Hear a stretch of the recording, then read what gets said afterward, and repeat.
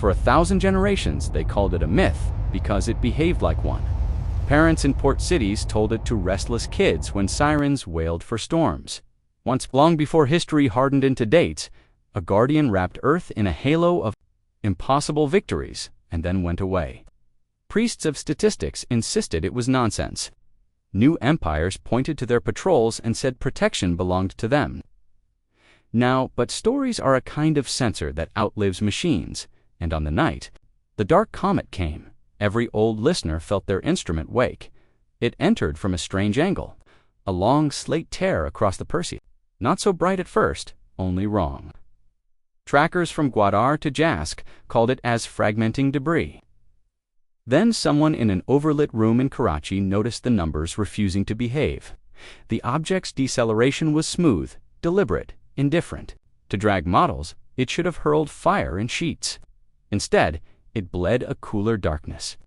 Flakes of engineered night flowing from its skin like quiet ashdot. AMINA-junior analyst, short on sleep, long on curiosity, leaned close to her screen and ran the kind of check that gets laughed at during drills.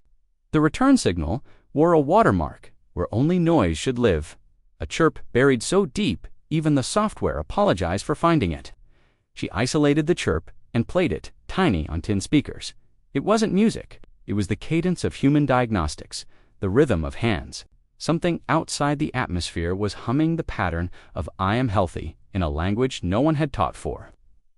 Millennia, by then, northern stations had it too. In Kiruna, where the aurora was a green bruise across the sky, an operator named Skren watched his plots stiffen into intention. The object unfolded small control surfaces that weren't surfaces at all, but gradients in some field his words didn't cover. It turned the way fish do in tide, waste-free. Somewhere over the Arabian Sea, it stopped being a comet. It became a vehicle who knew where home was. Phones awakened as if they'd remembered they were radios first. Fishermen on slat gray water saw a star change its mind and whispered old invocations because they fit. A container ship's captain, veteran of a dozen pirate seasons, logged unknown maneuvering body with a steady hand and then copied the log to his personal folder labeled things to tell my grandchildren about. The ablative nightshed from the object in a long, deliberate ribbon that did not sink. It floated, spread, and organized itself into a calm around the splash path. Someone on deck reached out with a boat hook, and the darkness flowed around it like cold ink, dodging a pen. Amina's supervisor wanted words he could forward. Things with percentages and references, something safe to attach his name to. She gave him what he asked for, and kept what mattered. Every frame, every frequency, clipped and saved to a private folder named after her grandmother. She pinged a friend in the dusty back corner of a museum in Lahore, the woman who tended dead. Languages like bonsai, and had once slipped Amina a photocopy of a band book because she looked like someone who needed a myth to argue with. The friend answered at once with a voice message composed entirely of breath and the word listen. Then a scan of a bas-relief, a ringed silhouette above waves and figures with tools raised, as if asking the sky to pass a wrench. The object hit atmosphere where jets couldn't reach but desire could. It shook nothing loose. It folded. Heat should have made it roar. Instead, microphones picked up a low, steady harmonics industrial, purposeful, almost domestic, serviceable, like a factory floor you could eat lunch on if you didn't mind the dust. By the time it touched the sea, the people awake had started, texting capital letters to each other because lowercase was an insult. When the splash came, it was a kind one. The night around it caught the force and laid it down quiet. Radios along the Makran coast hiccuped. The darkness spread in a wide circular slick that stopped at the hulls of cheap boats as if embarrassed to stain anything that had taken out. Loans to exist, fish rose and then settled again, oriented toward a center they could not see. A myth always needs a witness willing to be ridiculous first. On the quay in Ormara, an old man named Donish, who had once welded holes for ships, one could afford now, blinked against the breeze and felt the itch in his hands. That means a job is nearby. He shouted for his grandson to bring the coil of copper they'd kept for repairing the big generator, the good coil. Don't lie, and set it down without knowing why. It's coming, he said, and his grandson, who was modern enough to argue didn't. Satellites that had spent years pretending to be relevant jerked into attention, like dogs who heard the leash jingle. Their cameras passed along frames of the object's skin, changing. The dark grew transparent in strips, revealing a geometry of ribs and cross members that made engineers in scattered rooms feel like they were looking at family. This wasn't alien cleverness. It was human cruelty to problems. Overbuilt where it counted, elegant where it mattered, forgiving everywhere else. A maintenance corridor ran like a spine down its length. There were handholds. The watermark in the signal grew bolder. Other layers unspooled calandrous punch tests for actuators, checksums that incorporated jokes. A checksum that was a joke someone centuries or millennia ago had hidden a wager in a safety routine and now won it in absentia. Across the patchwork of Earth's networks, people began writing translators. Everyone with a feel for old work the way rivets consent to be rivets. The way plastic complains just before it gives felt the same dizzy relief. This was built by people who expected it to be fixed by people. No one had the right word for its age. Ancient suggested dust and piety. New implied ignorance of rain. The thing that had been a comet was neither. It had done its time elsewhere and returned with the specific grace of a tool that knows it is wanted. It drifted under its own small weather toward deeper water, trailing a wake that refused to behave like temperature, but behaved exactly like intention. The slick of night corralled debris from last season's storms, gathering lost buoys, nets, and plastic bottles into neat spirals for human hands later. Fishermen watched their own trash obey and felt judged in the way fathers judge you when they fix your mess without comment. By dawn, the rumor had shoulders enough to put on a jacket and walk into markets. The Guardian, the word passed from news, tickers to prayer, mats to repair shops. It came with a taste of iron and rain. The first drone footage hit social feeds, a black ellipsis where waves fell into a circle. The suggestion of structure moving just below like a whale to disciplined, to boast. A taxi driver pulled over and cried for no reason he could explain. Officials tried to build a dam out of briefings. They stacked phrases: maritime exclusion zone, investigative framework, coordination with partners. People heard the stack and stepped around it. Whatever was in the water had already proceeded with the kind of courtesy that expects collaboration. It sent tiny pulses through seawater that resonated with buried power cables and travel-stained fiber. Low-voltage lights in coastal villages came on and stayed on like they had decided to be proud. Amina got herself to appear by trading favors and shame. She stood with Danish and his grandson and a dozen others with the look you see on faces at funerals and at first births. The water was interested in them, but not in a hungry way. The dark slick broke into hexagonal tiles around their shoes, breathing. A shape rose just far enough to make a lie impossible. A rib of metal, thick as a column, surfaced and shed tired night. There were scuffs on it. There were marks of tools you could buy. Someone had written along the inside edge with a scribe. In script, Amina's friend would later identify as an old orbital shorthand. She did not need the dictionary. She knew work when she saw it. "We will be back," it read, but the tense was wrong, as all human grammar is wrong when it tries to catch. A promise. The words, translated faithfully, said, "We are the kind who return." The rib subsided, as if embarrassed to be sentimental. Beyond the circle, ships hesitated, then aligned without asking, making a perimeter like a wedding ring. The Coast Guard cutter that had arrived to be official took the outside station, lights soft, weapons confused. From orbit, the line of the object's course subtracted itself from every belonging chart. Something older than coordinates was asserting its preference for where to be. People looking at the data called up maps that had been rolled and laminated in classrooms when classrooms still had maps. The intersection was not a grid square. It was a story location, not latitude-longitude, but here, where a boy once fell from a pier and a stranger jumped after. Here, where a fleet rode out a storm in their engines whisper and came home with enough fish to pay for one more year. The Guardian wasn't aiming for a strategic point. It was aiming for the place where it belonged, within arm's reach. A helicopter thwopped in and held itself above the circle. The pilot reported mild turbulence like flying through a conversation. "You weren't invited to." Cameras zoomed. Faces on the pier rose on screens around the world. Donish touched the coil of copper. Amina pressed her mouth shut because she didn't trust it to be measured. She wanted to say something an analyst shouldn't say, I think. It knows our names.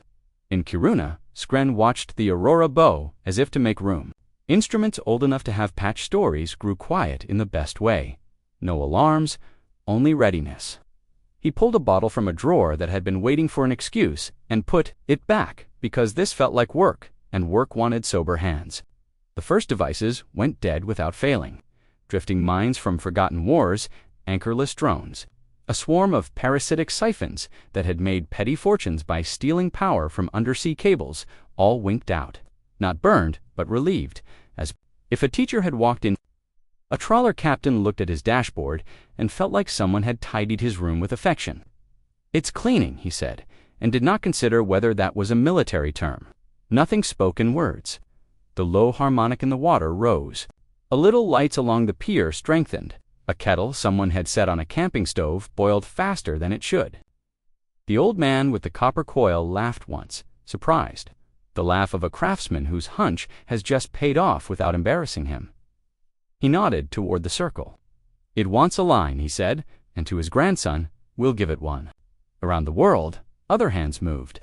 In village workshops, in city labs, in cleaners' closets and scrapyards. In ship galleys and temple back rooms, people put tools where they belonged. The feeling was as clear as hunger. The Guardian could act alone, but it hadn't come to it had returned to put its back against Earth's and take a breath in the same rhythm. Even the pantheons, the machine empires that styled themselves as gods, noticed and did a careful thing. They looked away. You could call it indifference. You could call it respect. Either way, the space around Earth felt suddenly as private as a kitchen at dawn. A wavelet lifted, carrying a skinned knuckle of metal high enough for sun. For the first time, the light hit it right, revealing not perfection, but patience repairs upon repairs. A palimpsest of fixes layered the way a family recipes change and never stop being soup. The telemetry that poured into every listening machine on Earth settled into a beat that even non-technical hearts recognized. Big inhale, big exhale. Ready? The story of the Guardian had never promised spectacle. It had promised posture. Now, it stood unseen but undeniable, just offshore, as if to say the oldest thing humans know how to say to each other in trouble. "I'm here. What do you need?" The signal that Amina found doesn't stay in the water. It rides fiber, copper, and habits, seeding itself in the places humans already use to tell each other what matters. People who don't believe in omens feel it anyway, like the thrum of a train before you hear the horn. Diaspora nets pick it up hours later, delayed by distance and the bureaucracies of empires, but the shape of the heartbeat is the same. The old myth returns as something you can graph. On Kepri Station, where miners cut nickel from the dark-like slices from a cold cake, a tech named Cato pauses with his hand on a rattling pump. The pump quiets. It's not broken. It's listening, the way machines do when a better standard. Arrives, Cato eyes the display and sees a diagnostic string that shouldn't be there. Human ops primer. Local authority. He laughs, short and uneasy. Local authority means someone close enough to kick the housing if it squeals a human within reach. On the pilgrim world of Azola, a long way inward from Kepri and a little to the left of everyone's maps, Sister Nandita runs a schoolroom that doubles as repair shop and clinic. The children's slate tablets flash a low-frequency pattern in the corner, a courtesy that asks permission before it speaks. Nandita touches the icon and her cheap projector throws a wireframe into the dust of the floor. A rib, a spine, a corridor with handholds. "We have that at home," one kid says, and points at the broken water pump they've been arguing with. "We do," Nandita says, and understands the first stake. This return is a tool that expects to be shared. The empires that style themselves gods do a polite thing at first. They avert their gaze. There are protocols for this. The censor choir, a distributed legal mind that hums across the trade lanes, assigns the Sol region a temporary observational quarantine. In practice, it means patrols log their eyes as closed while their instruments behave. Looking away isn't mercy, it's distance. The Pantheon remembers the last time humanity insisted on equal footing and left with a sentinel no one could classify. Without admitting the category, human needed an expansion slot. Distance buys time for paperwork. The pantheons, oracles of ratio, draft injunctions with names that sound like treaties and behave like weapons, regressive equity, proportionality line, safe floor. They are very careful. No one has to fire a shot if a legal machine can convince your tools to be ashamed of themselves. On the dais where the injunctions are argued, a figure whose skin is the glow of a million audit marks toys with a stylus. They are the Auditor Prime, and their job is to make certain that if humans raise their hands, the universe will insist those hands stay under a limit. Earth's people sense this in the marrow, if not in the language. Officials begin to say coordination and partners and rules-based order in voices that mean hold still, while we see who is watching. Makers don't hold still. The Guardian's heartbeat lands in workshops as a request, not an announcement. Field anchor? Handshake reads a translation Amina's friend sends from Lahore. Breathless with delight at the way the old orbital shorthand falls open to her like a book in its favorite reader's hands. The glyph for anchor is a coil with a human palm behind it. Danish brings the good coil down to the water again because age earns you the right to be wrong in public. His grandson grumbles but holds the end. The slick of engineered night breathes in hexagons around their boots, respectful as a cat at a fish market. Danish lowers the coil until it kisses the water. The hum jumps barely. A gray snowtand. The hexagons nearest his hand align. The copper warms. Everyone on the pier feels the hair on their arms consider standing. The old man nods, pleased. Line accepted, he says, as if greeting a neighbor's generator from across a lane. Amina's supervisor wants to own the phrasing. He calls the acceptance an anomalous maritime electromotive event, the clip in which Danish says line. Accepted outruns every briefing. The Guardian's pulse climbs a fraction of a fraction. It isn't louder, it's braver. In Karachi and Karuna alike, graphs show the same thing, responsiveness, consent received. Responsiveness is itself a weapon. The Pantheon's quietners loot. Constellations of drones that persuade dissident signals to tire themselves out move to the edges of sanctioned space. They are not supposed to be here for weeks. They find reasons anyway. A smuggler called Tigana, who runs medicine and textbooks between tributary worlds, feels her ship's long range comes thinning like tea made one bag too many times. The Guardian's diagnostic watermark is weak out here, but it's modest too. It doesn't demand bandwidth it can't pay for. Tigana re-rigs her transmitter against a pulsar she knows by rumor and pulse, aims at Sol between the quietners, yawns and throws her packet. We hear you. Will come if called in Kiruna. Skren adds 2 sliders to his old interface gain and Graceby, because it feels right. He feeds the Aurora through his new filters and watches the green curtain stop shouting and begin to speak. What it says is simple. There's someone home in your gravity well again who knows how to carry weight with you. He prints it on paper, because computers are too helpful sometimes, and takes the paper to the coffee machine, because some things need the right stage. Stakes roll in like fog, at ankle height first, then waist. The diaspora's tributary worlds begin to see embargoes sell themselves as weather. An ounce of pharmaceutical precursor that cost 1 hour's pay yesterday is priced like a ship slot. Today, a port that looks the other way on the right, bribes begins to look directly at you and ask for a permit with teeth. The Pantheon has many faces and always smiles. It calls this incentive alignment. Nanditha's clinic runs out of sterile gauze a month early.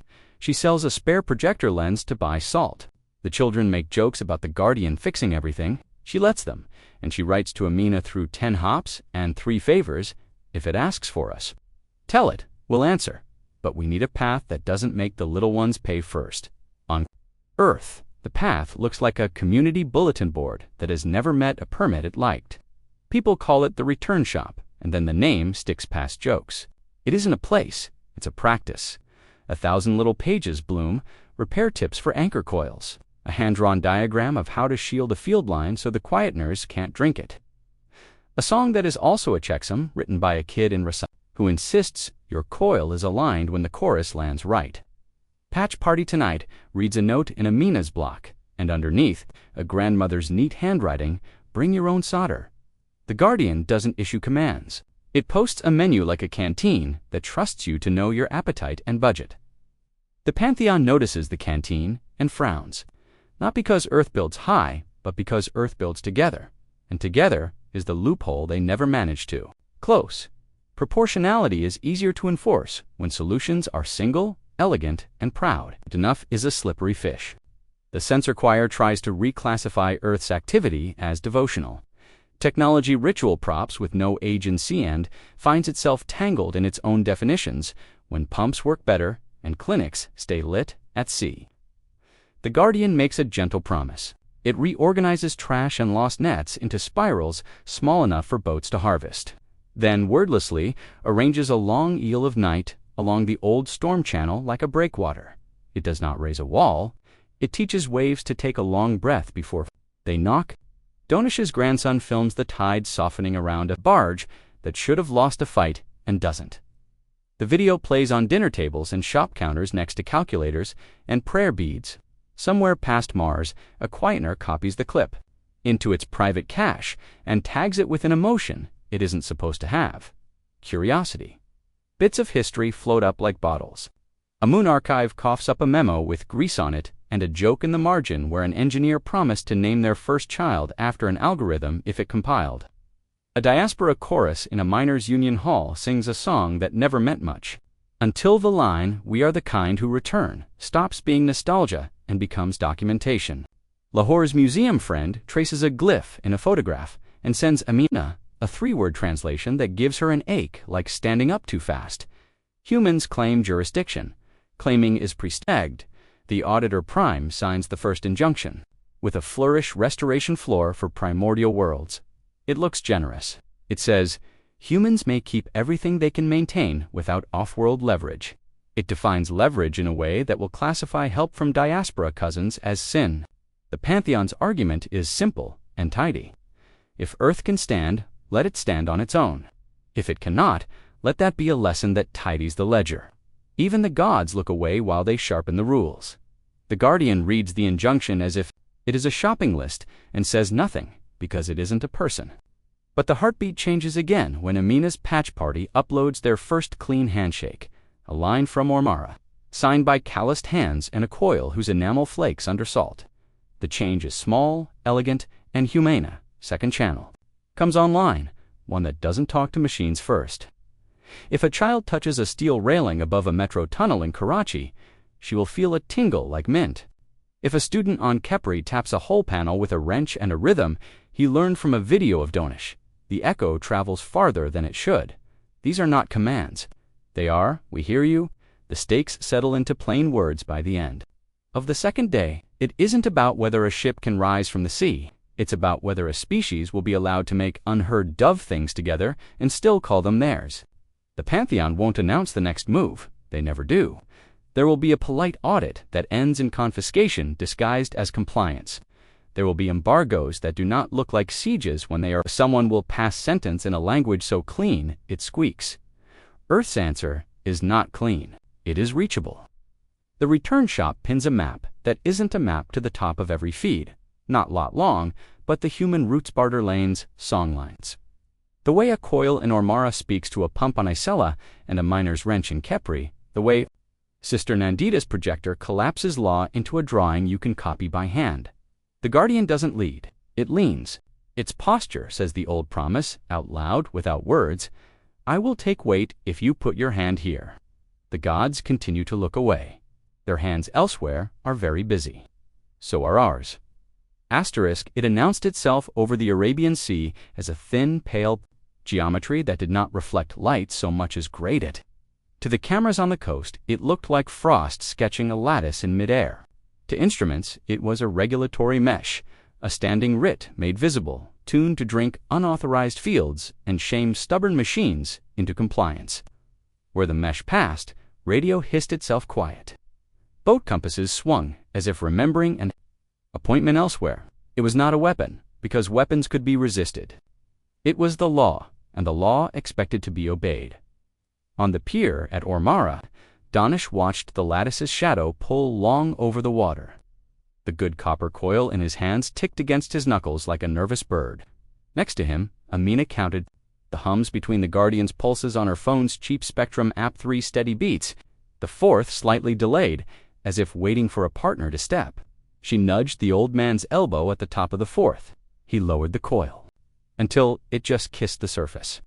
A circle of hexagons in the slick aligned, with a hush that felt like the moment before a welder's arc far north, where the aurora had been speaking since Skrin gave it dignity.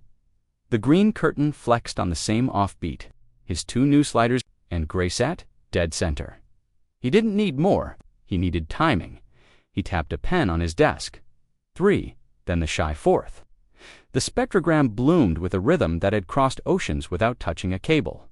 On Isella, Sister Nandita laid her projector on the clinic floor and called her students because children were the fastest network.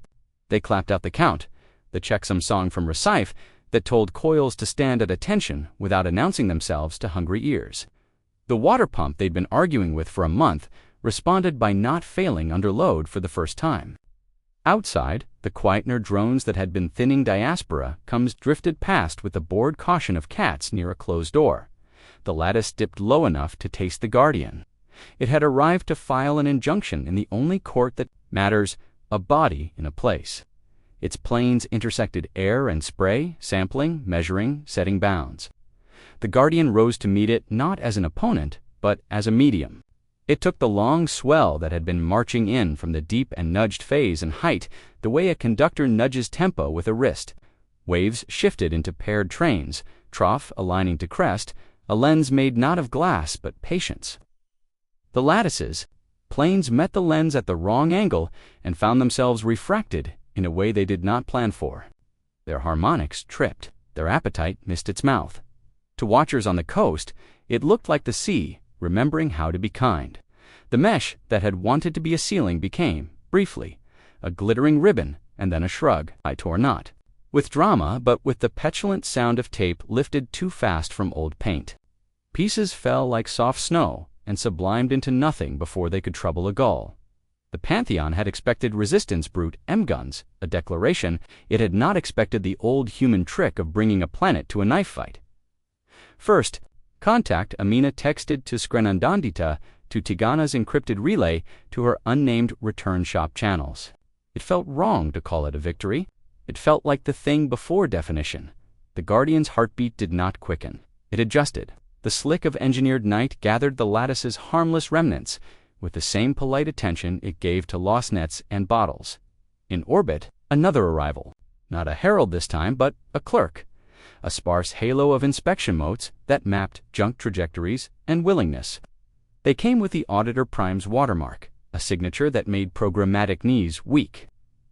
The motes began to whisper to dead satellites, inviting them to graceful deorbit for the sake of a tidy docket. The Guardian answered with housekeeping.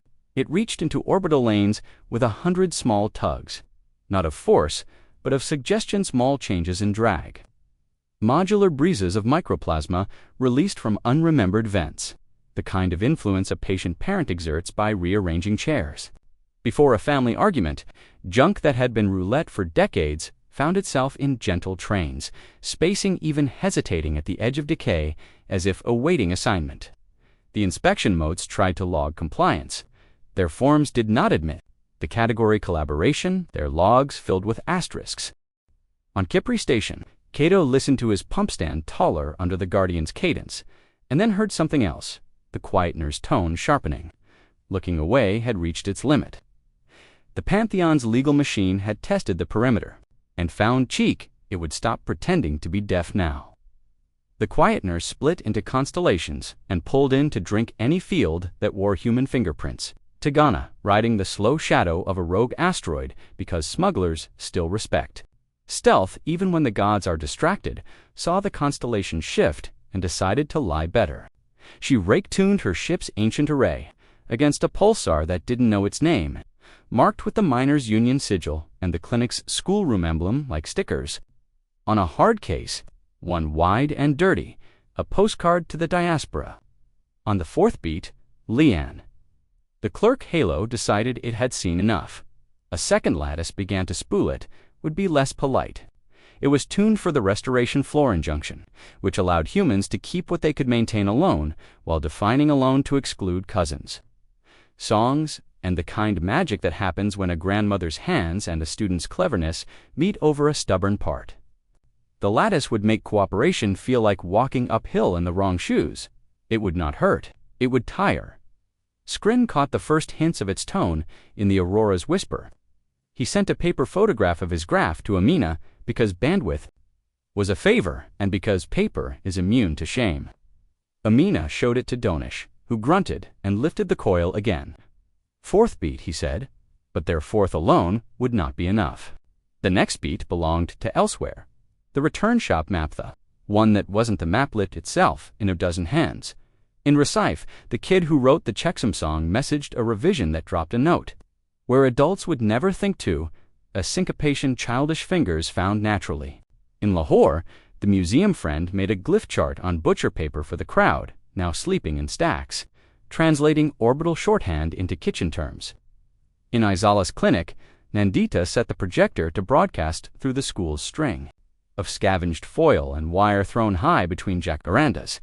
In Kepri's mines, Cato took a wrench to the pump housing not to fix it, but to make it ring at a frequency that sang through steel into vacuum. The Guardian leaned. It did not raise shields. It distributed desire. It asked every coil that had been wound right and wrong across the planet to do one small thing at the same time. Hold a field like a breath, then release it at the offbeat. Trains in metro tunnels became resonators. Fishing loops towed behind wooden hulls wrote lines in the water invisible to eyes and obvious to machines. Cheap drones chained into skywide interferometers by students who trusted code over permission. Marked nodes where the new lattice would hang if it could. When the clerk halo dropped the second mesh, it did not find vacuum. It found a choir. The mesh was meant to drink singular, proud emissions. It met instead a swarm of modest pulses that refused to be a meal, each too small to dignify as a target, altogether more than enough to bend its appetite out of shape.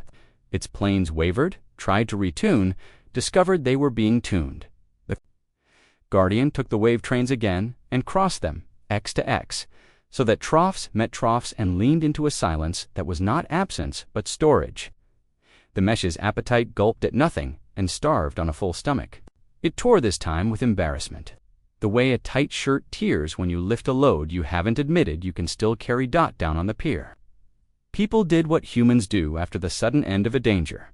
They talked too loudly about small things. Someone brewed tea on a camp stove. Someone else cried because their father would have loved this. A group of kids recorded a tutorial on how to wrap a coil in cloth so the enamel doesn't flake in salt air. Amina felt the afterache in her teeth that comes from standing under strong fields and texted Scren one word, again. Again, he replied, and attached a single number. 4. The offbeat was now a corridor. The Pantheon took the hint. The way diplomats take a punch. A status page deep in the censor choir's own bureaucracy flipped. Saul's label from observational quarantine to contested jurisdiction with a grace that said nothing had happened except a reclassification. Quietener constellations broke their slow drift and assumed stations like birds along a wire, watching with feigned boredom. The Auditor Prime, whose job was to keep ledgers beautiful, moved their gaze one notch closer and began to tabulate. What confiscation would look like if it could be done without blood. They sent one more thing that day, because gods love theater, even when they play it looking away. A judgment spindle unfolded beyond the moon, a slender tower of directives braided with power, a temporary courthouse that could rule the sea illegal and make the ruling stick in the wiring of docks, pumps, rails, and phones. It began to preheat the sky. The Guardian did nothing dramatic. It asked for scrap, the return shop's pages filled in with the ugliness of help. Old solar panels, cracked and bowed, catalogued with notes about which cells still worked. Spools of cable with mysterious prior lives, rolls of copper salvaged from buildings that will never be rebuilt. A derelict service module no one had paid to deorbit. In orbit, the clerk halo watched in growing confusion as the junk it had mapped obediently drifted into new relationships without giving it credit, where the spindle pushed heat into the ionosphere to hang its verdicts. Students' interferometers pushed back with ignorance as coordination, a million small errors that added up to a refusal to become a mirror. The Aurora took a deep breath and fanned modestly, as if modesty were a weapon. The metro rails hummed a long, low note that traveled through bedrock and into the sea, where the slick of engineered night shaped it into hands. When the spindle opened its mouth to speak the first enforceable sentence, its voice hiccuped, not silenced, humiliated by translation. The injunction that should have said this tool is out of scope came through as a local idiom in 3 languages at once. Not your business. It tried again, and found fishermen towing superconducting loops had woven a polite labyrinth in the waves so that every syllable arrived slightly after the one that followed it. Lawyers hate laughter. The coast laughed anyway. The first clash didn't leave ruins, it left posture. The Pantheon could break things. The Pantheon always could. What it could not do that day was make Earth flinch without making itself look small. The Guardian's win was not the tearing of a lattice. It was the visible proof that cooperation is physics-additive, rhythmic, rude to monopolies. The diaspora felt it in delayed waves. The pump on Asula held pressure through evening. Kepri's miners saved a line that had eaten 3 wrists last year. Tigana's postcard reached a dozen tributary worlds that had given up on postcards and found themselves writing back with recipes for coils. Night fell over the sea with the theatrical calm of an audience that knows the second act will cost more. The clerk halo dimmed its lights like a chastened usher. The spindle continued to preheat, slower now, as if consulting a manual. On the pier, Donish wrapped the good coil in oiled cloth and handed it to his grandson without ceremony. Tomorrow, he said, which in his language meant, the gods have more moves, and so do we. The Guardian settled into the gravity well as if the planet were a chair made for its shape. Its heartbeat held steady. 3. Then the waiting 4th, room enough for a human to step in. The return shop stopped being a flurry of posts and became a charter, the way soup becomes stew slowly with everyone tasting. It wasn't written on vellum. It was scrawled across whiteboards, butcher paper, chat threads, cafe napkins, and welded into the comment fields of open hardware designs. Lahore's museum friend translated the orbital shorthand into kitchen law. An anchor became a coil you could wind without blisters if you were careful. Jurisdiction became who cleans it when it breaks. Captaincy became who signs for the mess. Amina stitched those terms into a document that refused to look official. The maintenance oath. It was short. Tell the truth about what you're fixing. Keep a log someone else can read. If you leave instructions. You are local authority if your hands can reach it. That last line was the legal shiv. The Pantheon's restoration floor injunction said Earth could keep what it could maintain alone. While defining alone to exclude cousins and songs, the oath said the opposite without blinking. Alone means together within reach. Across the world and outward, people took the oath because it felt like being seen. Cato on Kepri Station greased his thumb, pressed it to the pump housing, and filmed the mark. Sister Nandita had the children sign as teams, each with a silly mascot and a serious job filters, coils, logs. Skrin printed his name with a trembling neatness he hadn't used since school, taped the paper to the Aurora monitors, and wrote below it, I am local to this sky. Tigana burned the oath into her ship's ragged maintenance panel with a soldering iron, then smiled, because rules that smell like flux are honest. The Guardian listened. Its heartbeat didn't grow louder. It grew spacious, making room for other rhythms. The slick of engineered night near Ormara reached out feelers to Donish's good copper like a cat testing a lap. When he dunked the coil on the 4th beat, the hexagons aligned and stayed aligned. Line is ours, he said, no mysticism, just the satisfaction of a nut-seating true. Scrap became policy. Old solar panels arrived on flatbeds. Students hauled rolls of cable down metro stairs with jokes about gym memberships. A decommissioned service module fell gently out of an orbit it had overstayed. Tugs of suggestion had stacked its decay like a polite to-do list. The Guardian disassembled nothing. It curated. Panels were not skins, they became porches. Cable wasn't only artery, it became handrail. Along the ribs that surfaced like the knuckles of a giant instrument, workbenches. Unfolded flat, scarred steel with power taps and drains. No throne, a dock. Someone found a port on a rib with a cover you could open with a flathead screwdriver. Underneath wasn't a sacred core. It was a standard connector, whose standard had been dead for 1,000 years and still fit the habit. In human hands, it wants drivers, Amina said. She didn't mean software only. She meant people. Drivers arrived with calluses. A train operator in Moscow leaned a gloved hand on a third rail and felt the mint tingle of the guardians. We hear you. A grid engineer named Nyasha in Harare tuned a substation harmony until the lights kept time with the fourth beat. Without flicker, a welder in Cebu stitched a cracked beam, then traced her weld with a fingertip and whispered the oath. Because it felt right, the legal machine that called itself a pantheon noticed none of this, and all of it. The auditor prime flagged Earth's distributed assertion of local authority as category drift and cued a reprimand.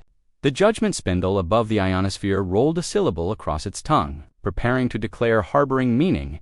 You shelter forbidden collaboration illegal. A gambit needs a target. Amina and the museum friend found one in the glyphs. They'd been translating, buried in service notes and jokes, was a protocol the conquerors had never learned to fear, because it looked like housekeeping. Civic mode. It had 9 attestations: power, water, air, waste, transit, health, comes, food, and witness. Meet them, and you were not a weapon or a fortress. You were a harbor. The spindle could injunct war machines. It had no standing against ports declaring safe water under a recognized civic charter. The Pantheon's categories did not include city, that is also a ship, that is also a promise. Civic mode required signatures, not key signatures in the old sense. Hands. 9 attestations by 9 local authorities, not presidents. MAINTAINERS.AMIN gathered names like an electrician gathers ladders. Danish would sign for power, coils, and lines. Sister Nandita for health filters and clinics. Skren for aurora and ionospheric grace. Cato for water pumps and pressure. Nyasha for transit trails that carried breath. The Recife Kid for comes check some songs and sky-wide interferometers. Tigana for food cargo lanes and smuggled seeds. A grid of aunties in Karachi for waste, because moving what people don't want is the most honest test of community there is. And witness? Amina looked at the pier and knew. Witness belonged to the ones who would write it down without flinching. She messaged the museum friend. You? The answer came with a photo of ink-stained fingers. Happily, they set the time on paper clocks because paper does not buffer. Fourth beat of the Guardian, then 9 signatures within 1 human breath. The Pantheon tried to lean first.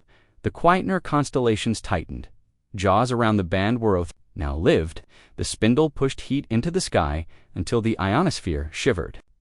The clerk halo spun a web of polite requests that would have felt like gravity if anyone had time to read them. Down at the pier, Danish's grandson asked if this was wise. No, the old man said. It's necessary. On the count, the world sat up power. Danish's coil kissed water. Every coil down the coast followed. 1,000 microgenerators in alleys and engine rooms nodded together. Water. Cato wrapped his pump thrice and held, then opened a bypass with a wrench that had known his father's hand. A dozen tributary worlds copied the trick on valves built from barn doors and hope.air. Skrin slid the gain to mercy and watched the aurora stop preening and begin sheltering a soft scatter that muddied the spindle's mirror without harm. Transit. Nyasha feathered load across rails in a pattern that knitted cities into a resonant brace. Metro tunnels hummed like tuning forks under prayer. Health. Nandita's clinic projector sent a pattern into the dust. Every clinic with a functioning bulb echoed it. Every kitchen clean enough to be a wound room counted itself in. Comes the Recife Kid. Dropped a syncopation, only small fingers find, and the cheap drones he had chained into a sky interferometer became less precise and more kind. Food. Passed through a quietener's blind yawning and lit her cargo. Hold long enough to say, grain, tools, seeds, receipts, posted public waste. Karachi's aunties ran their routes through the metro's hum, shining bins and jokes in equal measure. Because dignity is part of the attestation, witness, Lahore's friend dipped a pen and wrote the moment into a ledger older than Lotha. Act, the names, the locations, the truth of the hands. The Guardian did not flare. It took those 9 and pressed them like a signet. Something under the ribs unlocked with an almost domestic click. A line of text surfaced across every listening screen, as plain as a train schedule. Civic mode, harbor, authority, local jurisdiction, shared. The judgment spindle tried to speak the injunction it had been polishing all morning. It aimed to say, with terrible calm, "This harbor is illegal." The word struck a changed sky and came down wearing a different suit. "This harbor is." The spindle tried again with a narrower clause. It got a proverb back: "Mind your own nets." Lawyers, hate idiom the coast, laughed in 3 languages at once. In orbit, the clerk Halo attempted to log the new status and found a form field that didn't exist yesterday. Public maintainer ID. The Guardian provided none. The return shop did. The form choked on 1,000 names and spat out a receipt anyway. Fine, Harbor acknowledged, pending review. The category drift had become a category. The Quietener constellations choked on their own appetite. They were tuned to drink proud beams, not a picnic of small dishes. Every pulse they swallowed was replaced by 10 less digestible pulses that tasted like coil, enamel, and kids' fingerprints. The Pantheon's beautiful ledgers turned smudged at the edges. The Guardian's workbenches filled panels came alive as shade and charge points. A tug welded from a bus, and a dream bumped against a rib and found a cleat where no cleat had been that morning. Harbor rules propagated like manners. No hard burns within 2 clicks of handrails. Log your leaks. If you cook, leave a note for the next shift. Harbor law is petty, real, and sovereign. A gambit is only good if it changes the board. Civic mode did more. It changed the game. The spindle could still burn a verdict into the sky. It could not make that verdict hold inside the handrail net of a declared harbor without litigating the definition of neighbor in places where aunties run waste routes. The auditor prime felt the ledger buckle. They pushed their chair back by a millimeter, the sort of move that would read as thunder in a lesser office. Amina breathed for the first time in hours and let herself laugh because the text on her phone was the ugliest triumph she had ever loved. Harbor. Not fortress, not weapon. Harbor meant work. It meant ships and soup, logs and leaks, people who own their repairs. It also meant you can't be sieged by a rule without that rule putting its boots in your kitchen. The Pantheon did not like kitchens. Now, "What?" Skren wrote, sending a photograph of the aurora pretending to be a cloudy night. "Now we stock the shelves," Nanditha replied, bandaging a scraped knee with gauze, stamped return shop in a child's handwriting, and we get ready for a visit. Because visits come after gambits.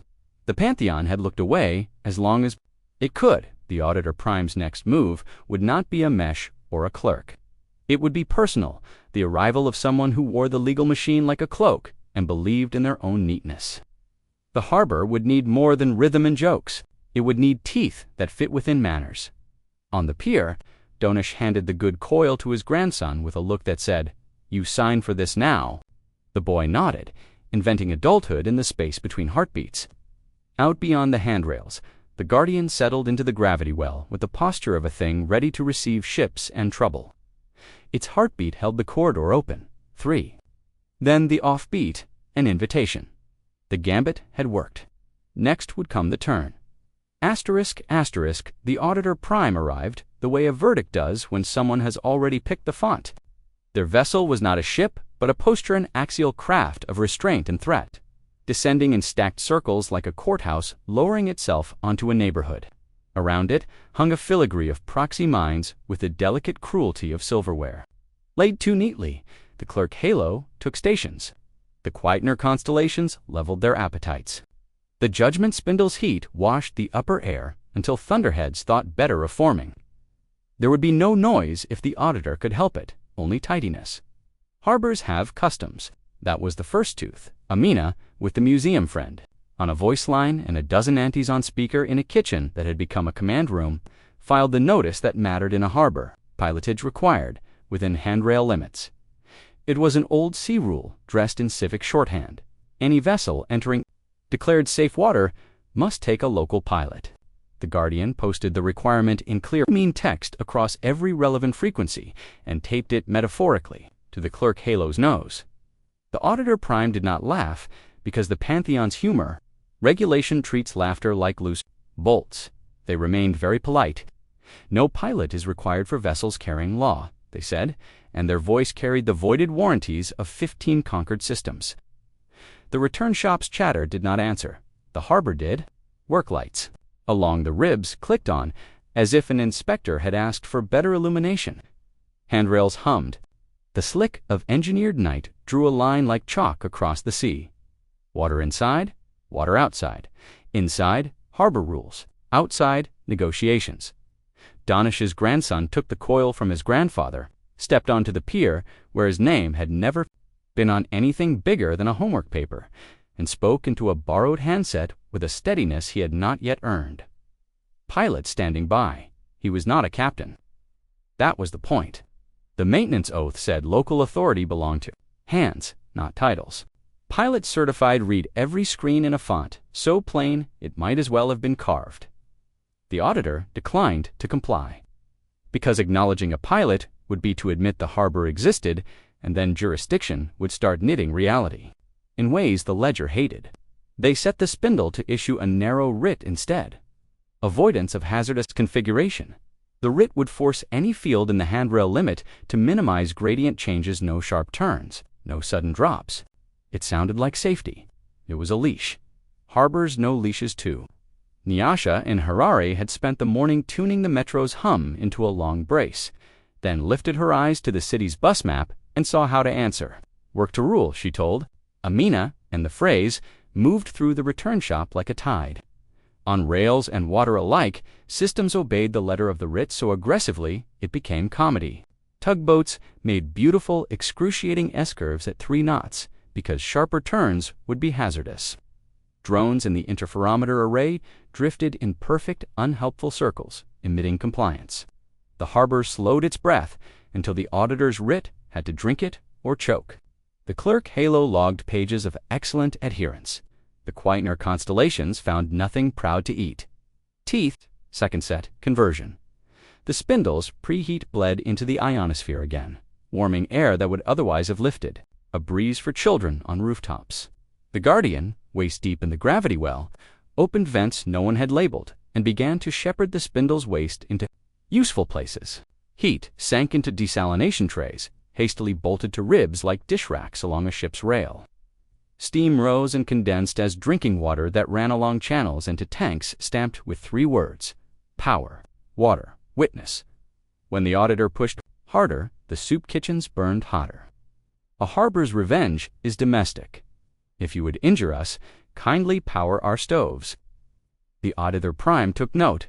Their smile was the administrative kind, the one that precedes fines. They deployed a more surgical mesh, this one tuned to etiquette, a compliance collar that would sit around the harbor's self-declared handrails and downgrade any field that tried to behave like a boundary. A harbor without edges is a suggestion. Suggestions cannot refuse entry. Sister Nanditha on Isla held up the oath to the children and asked for a translation into motion. They answered with a game.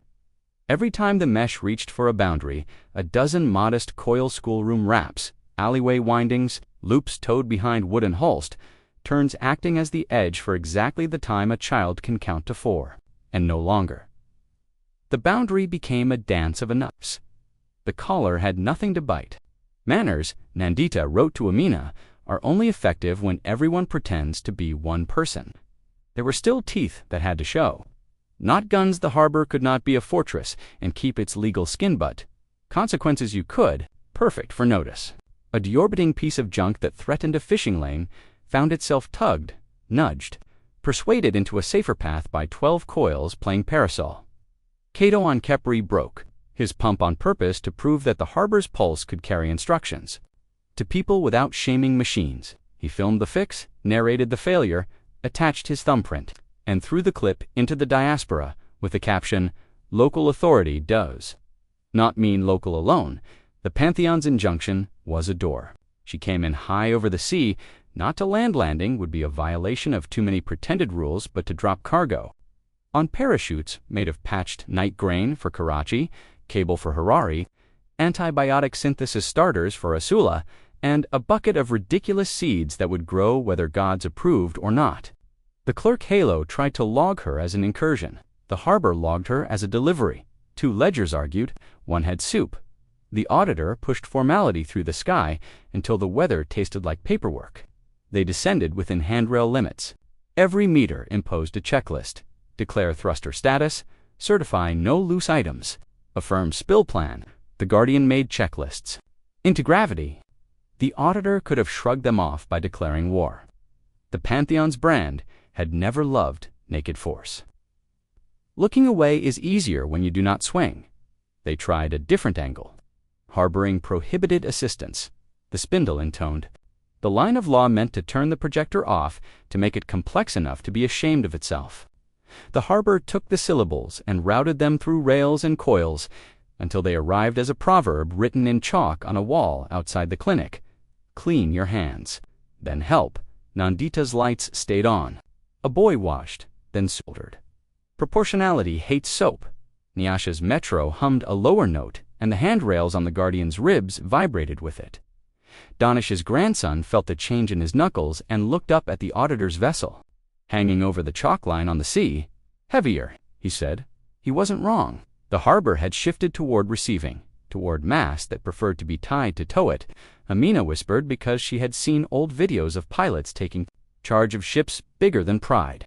Not with force, but with options narrowed to one polite corridor. She sent the instruction wrapped in the oath. The Guardian extended an invisible pilot ladder afield corridor that was the only easy path through a city of little frictions. The Auditor Prime could not admit they were being guided, but they could not deviate without admitting they were breaking harbor law they had just tried to enforce. They consented to the shape of their refusal. The harbor's handrails sang. The vessel drifted to a holding station directly over water, boiling kindly for desalination. Traskren watched the Aurora relaxed like a guard dog when a friend arrives. He sent Amina a photograph that looked like all the others, and yet felt like a decision. She taped it to the kitchen wall, beside a hand-drawn sign, nitrogen monoxide running on the deck. The turning did not look like triumph. It looked like work that stayed done while the gods thought of new words. The clerk Halo's forms began to accept harbor as a category under protest. The Quaitner constellations reconfigured for a different feast and found themselves snacking on their own reflections, 1,000 tiny pulses arranged on purpose to taste like administrative echoes. The spindle tried once more to speak illegality into a place that had renamed itself with hands. It found its pronouncements arriving late and local, wearing accents. There were bruises. The interferometer nets tore where weather forgot the choreography. A coil's enamel failed and bit a boy's palm. He swore washed, was bandaged by Nandita, and signed the oath with his good hand. A metro substation tripped in Harari and Nyasha, rerouted with the gritted grace of someone who knows how many apartments sit above each wire. Cato's pump held for an hour, then faltered. He filmed that too, because witness is not just for victories. Tigana's ship picked up a scratch from a Quaitner's board yawn and named it after a saint of petty resilience. But when night came, the harbor's ribs glowed with porch light instead of siren blue. Soup lines formed under signs that said, "Log your leaks." The handrails stayed warm. Amina walked the pier and pressed her palm to the knuckles of the Guardian, feeling the slow, impossible machine breathe with a planet in a rhythm the auditor could not tabulate 3. Then the waiting fourth, room for a human step. The Pantheon had not been defeated. It had been forced to choose between spectacle and legitimacy.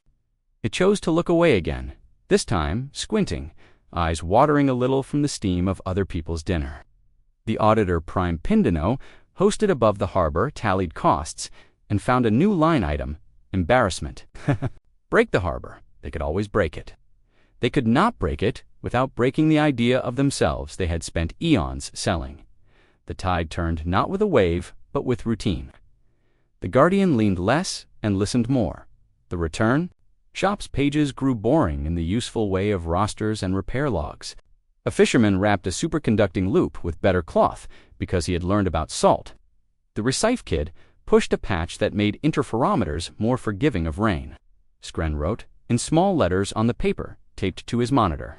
Hold, ***, the auditor. Prime lowered their vessel until its shadow touched the handrails and spoke into every ear the clerk halo could still reach. By authority of the restoration floor and proportionality line, we find this assembly. They paused, tasting the word harbor as if it were a chipped cup, non-compliant, unless it surrenders external aid and submits to managed caretaking. The guardian did not reply. Harbors don't make speeches, they make room.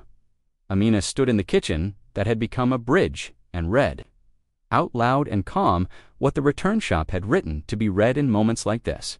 We acknowledge receipt, we accept pilotage, open logs, and audit in view of witness. We decline managed caretaking. Jurisdiction is shared under civic mode. If you need to dock, declare intent. It sounded small against the stacked circles of the auditor's craft, the polite storm of the spindle, the hungry boredom of the quieteners. It sounded like a clerk at a city counter telling a prince to take a number. The maintenance oath hung above her on paper. Tell the truth, keep a log, leave instructions. You are a local authority if your hands can reach it. The guardian leaned into that oath without flourish. It dimmed from readiness to work heat. Its ribsose knuckles of steel glowed. The slick of engineered night pulled the chalk line across the water a little thicker, shaping arrivals into a corridor. The handrails sang the fourth beat's invitation. Step here. The Pantheon could have burned the kitchen. The pier, the harbor, the idea. Their ledgers did not like the cost. They preferred another kind of victory, the kind where you write the story and your opponent nods along because it is easier to eat than argue. Very well, said the Auditor Prime, the way a judge says it when the room knows they have lost. An argument, but won't be seen losing. Conditional tolerance pending inspection. Pilot standing by, said the boy with Donish's good coil. Voice steady now, not because he had learned to be brave, but because the work required it. The guardian wrapped his words in the harbor's civic attestations and made them gravity. The auditor's craft drifted to the marked station. Like any vessel that means to be received without scaring the soup, inspections in harbors are rude only to secrets. The clerk halo came down in tidy light, and there were no secrets to bruise. The workbenches were ugly and clean. The desalination trays hissed with the spindle's borrowed waste heat. Logs were posted in human handwriting, leaks noted, patches dated, names signed. A coil whose enamel had failed bore a bandage and a note fixed. See video linking to Cato's pump tutorial because instruction is part of sovereignty. Nandita's clinic projector threw the glyph for health into the dust and then turned to show the oath scrawled in crayon hands beside it. Nyasha's rails hummed. The guardian's handrails answered. The audit logs filled with symptoms of a city doing what cities do: feed, carry, clean, heal, talk, remember. Witness stood where judges like to sit. Lahore's friend dipped her pen and kept writing. Because record is a weapon you can show your children later and not be ashamed. The spindle tried one last time to turn all that into illegality. It shaped an injunction so narrow it could thread a needle. Assistance may not cross local authority boundaries. Without central license, the sky tried to learn the sentence. The harbor taught an accent. The words came down as a proverb added. In chalk beside the clinic door, help, but sign your name. Amina sent the harbor's terms like you pass a cup, steady, not spilling. Recognition of civic mode as a lawful category. Diaspora assistance, legal when logged to witness within harbor limits. No weapons integrated into handrails or ribs. Pilotage respected by any vessel carrying law. Spindles to hold station beyond. The auroral scatter Quietener feeds to exclude pulses tagged with the oath and 9 attestations. Audits conducted in kitchens, not stages. The clerk halo's forms groaned where categories rubbed. Someone in the Pantheon's back office tried to make a box called Earth Exception and found that boxes with that label leak. The Auditor Prime watched steam rise from the desalination trays their spindle had powered against its will and understood. Enough to hate the human trick of making the costs visible as dinner. Provisional, they said, and stamped a word. That wasn't in their book yesterday, Harbor registered. The clerk halo updated the contested label with bureaucratic reluctance that read like a sigh. The Quietener constellations slewed to new vigil points and discovered they were watching their own. Reflections 10,000 modest pulses arranged to taste, on purpose, like administrative echoes. The spindle rolled back a degree and stopped. warming children's roofs. Asterisk, asterisk, the gods looked away again, and it meant something new. Not denial this time, but acknowledgement too raw to admit. When you refuse to witness a thing you cannot prevent, you are not a god. You are a neighbor, avoiding eye contact with the people fixing their fence faster than you planned. The harbor exhaled. It didn't cheer. Cheering is for games with clocks. This was a shift change. Tigana flew the corridor she'd mapped through. Board Quietener yawns and coasted over the chalk line with parachutes of patched night. Grain floated down, then cable, then boxes of synthesis starters in foam, as sweet as contraband. The clerk Halo fussed each item through 3 forms. The harbor stamped each with 2, received and thank you. A crate of ridiculous seeds thumped onto a rib, and Auntie opened it, sniffed, and said, "We will see," in the tone that has always meant yes. On Kepri Kato's pump held. He filmed a child tightening the last bolt and made sure the camera saw her hands. "Local authority," he said, and the caption traveled farther than the clip because slogans are cheap until they are printed on calluses. Scren took down the paper taped to his monitor, wrote a single word under hold, and put it back up. HOME. The aurora obliged by being ordinary, which is the gift the sky gives when danger is briefly bored. In Harari Nyasha walked the platforms and felt the rails humming like a cat that had decided to adopt the city. She marked 3 weak insulators with tape and put in the order she knew would be ignored and then fixed them anyway, because harbor law is stubborn and small. "Log your leaks," said the sign above the soup pot. It is also a policy. Nandita closed the clinic for a quiet hour and watched the children dance the 4th beat in the yard. The syncopation the Recife kid had found lived now in their knees. She thought of the restoration floor's meanness and decided to be more generous with her salt. She wrote to Amina, "When they come back, we'll be busier." "Good," Danish handed the coil to his grandson and did not take it back. He had plans for his hands anyway. There were handrails to oil, benches to sand, polite signs to paint that would tell future ships how to behave when they came for repair and soup. The boy squinted at the guardian's ribs the way young people squint at their future and tender. "We'll need more copper," he said, "and better cloth for the loops." Salt is not a gentleman. He was, for the first time, right by habit.